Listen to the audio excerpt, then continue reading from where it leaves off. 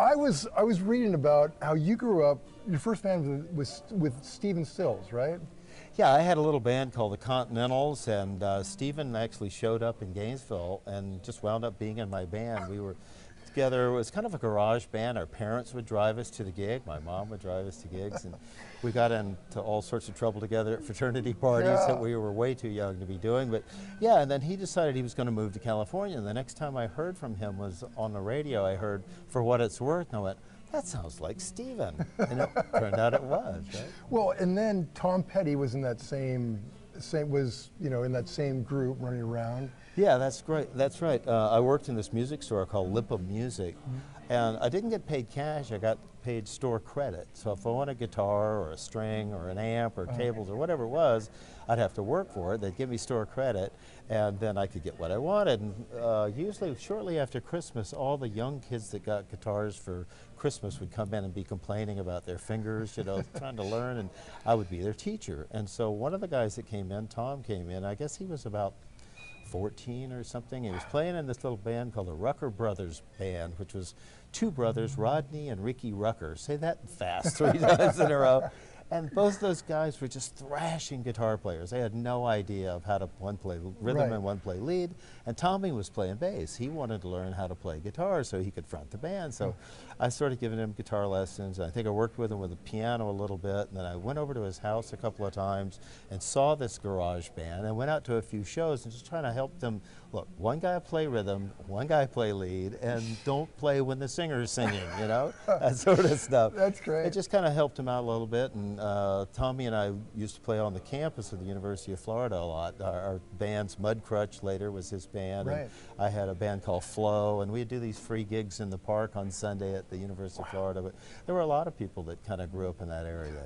Yeah, the Allman Brothers, and you actually hung with Duane back in the day. Well, we were in battles of the bands. What used to be called the Spotlights, and then they were the Allman Joys, and then eventually they became the Allman Brothers. But they always won all the battles of the band. Duane was by far the greatest guitar player that I'd ever seen. He was also the first guy I ever saw play electric slide guitar. I'd seen a lot of blues guys play acoustic slide guitar, as you can imagine, but he was the first guy that I saw play electric slide guitar, and he was just on fire. Wow. So we used to do these shows together during the summer when the University of Florida fraternities were on holiday. We'd all go to Daytona Beach and play over there in the joints, the dance clubs. And we'd always finish our gigs, and the four of us, Bernie and myself, and Duane and Greg, would go have breakfast at some diner, all-night diner. I was sitting there, I said, how do you do that? Every time I try to do it, the frets rattle. He says, oh, you got to raise the action. And I said, well, what's your tuning? And so we went over to his mother's house.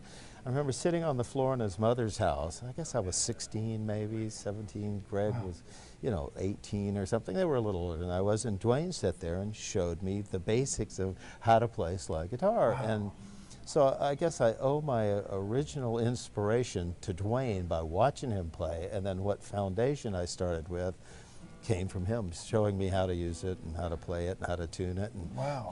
And so, but I never tried to copy him. That was just like trying to copy Hendrix or something. You're not going to ever sound like him, but just used the information he gave me and developed my own style. Although I play slide both in regular open tuning and I play it in E tuning as well. Right. So you have to be able to use that instrument and play it in a lot of different tunings. So that's the Duane story. That's amazing. And Joe Walsh, your bandmate, actually learned from Duane too, didn't he, to a certain extent? I understand Joe spent some time in and around Duane, but when we were together, we were just kids. We were like 16, 17, 18, and he was already on fire.